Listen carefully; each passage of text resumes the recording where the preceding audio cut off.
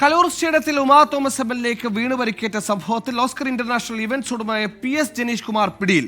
ഹൈക്കോടതി നിർദ്ദേശിച്ചിട്ടും അന്വേഷണ സംഘത്തിന് മുന്നിൽ ഹാജരാകാത്തതിനെ തുടർന്ന് തൃശൂരിൽ നിന്നാണ് ജനീഷ് കുമാറിനെ കസ്റ്റഡിയിലെടുത്തത്.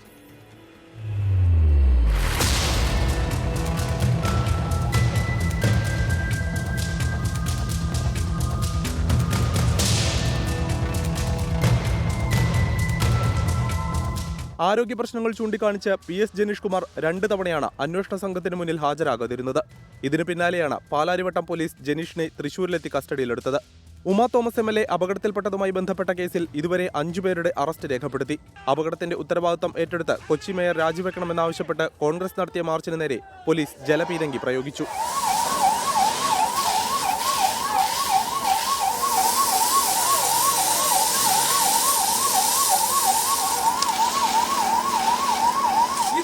ഉമാ തോമസ് MLAക്ക് വേണ്ടി മാത്രമുള്ളതല്ല, നാളുകളിൽ സംഭവിക്കാവുന്ന അപകടങ്ങളെ കൂടി തടയാൻ വേണ്ടിയിട്ടുള്ള ഒരു പോരാട്ടമാണ് കോൺഗ്രസിന്റെ ഭാഗത്ത് നിന്നുണ്ടാകുന്നത്. നടിയും നർത്തകിയുമായ ദിവ്യ ഉണ്ണിക്കെതിരെ അൻവർ സാദത്ത് MLA രംഗത്തെത്തി. ഇത് ഉമാ തോമസിന് നിൽക്കണം.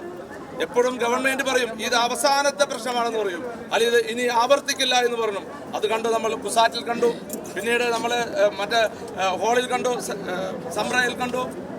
അപ്പൊ അതൊക്കെ നമ്മൾ ആവർത്തിക്കുകയാണ്. ഇത് അവസാനത്തെ ആയിരിക്കണമെന്ന ആഗ്രഹമാണ് നമുക്കുള്ളത്. അതിന് ഭരണ നേതൃത്വം ഉണർന്ന് പ്രവർത്തിക്കണം. പരിപാടിയുടെ സംഘാടകരായ മൃദംഗാവിഷന്റെ സാമ്പത്തിക ഇടപാടുകൾ കേന്ദ്രീകരിച്ച് ശക്തമായ അന്വേഷണം നടക്കുന്നതായി സിറ്റി പോലീസ് കമ്മീഷണർ അറിയിച്ചു. പണം ഏതെല്ലാം അക്കൗണ്ടുകളിലേക്ക് പോയി എന്ന് കേന്ദ്രീകരിച്ചാണ് അന്വേഷണം. 24 കൊച്ചി.